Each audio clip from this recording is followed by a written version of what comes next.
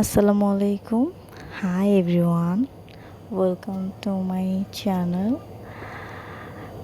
তো আজকে সকাল সকাল ঘুম থেকে উঠে হাত মুখ ধুয়ে ফ্রেশ হয়ে নিলাম। তারপরে একটু ছাদে গিয়েছিলাম এই আচারগুলোকে একটু রোদে দেওয়ার জন্য। যত বেশি রোদ দেওয়া হয় এই আচারগুলো আরও বেশি কালারফুল হয়, কালারটা অনেক সুন্দর হয় আসলে। তারপরে তো নিচে নেমে আসলাম, আমাদের ফুল গাছগুলো খুব সুন্দর লাগছে, তাই না? এসে দেখি আম্মু রুটি বানাচ্ছে। তো আমরা আজকে একটু দেরি হয়ে গেছে নাস্তা করতে। তো আমরা নাস্তাটা শেষ করে আমি এক গ্লাস লেবুর শরবত বানিয়েছিলাম। যে গরম, এটা খুব রিফ্রেশিং দেয়।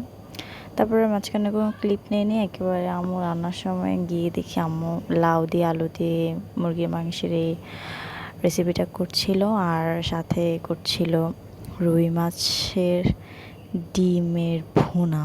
রুই মাছের এই ডিমের ভুনাটা আমার খুব মজা লাগে খেতে, আর আম্মু অনেক সুন্দর করেও রান্না করে। আম্মুর হাতে প্রত্যেকটা রান্নাই আমার খুব পছন্দের, খুব মজা লাগে খেতে। আপনাদের সাথেও আস্তে আস্তে শেয়ার করব। তো সাথে মুসুরির ডালের এই পাতুরিটাও ছিল। তারপরে আর মাঝখানে কোনো ক্লিপ নিয়ে নিই। দুপুরে খাওয়ার সময় বসলাম, আলু ভাজা পটল ভাজা দিয়ে খাওয়াটা শুরু করলাম। তারপরে এই তো আমার মায়ের হাতের রুই মাছের ডিমের ভুনা দিয়ে বেশ কয়েকটা ভাতে খেয়েছিলাম, অনেক মজা লেগেছে। এটা কি যেন বলে আমি জানি না, এটা খুব মজা লাগে খেতে। তারপরে মুরগির মাংসটা একটু নিলাম, নিয়ে খাওয়া শুরু করলাম। তারপরে দুপুরে একটু ঘুমিয়েছিলাম। ঘুম থেকে উঠে ইউটিউবের জন্য একটা প্রমোশনাল ভিডিও করছিলাম।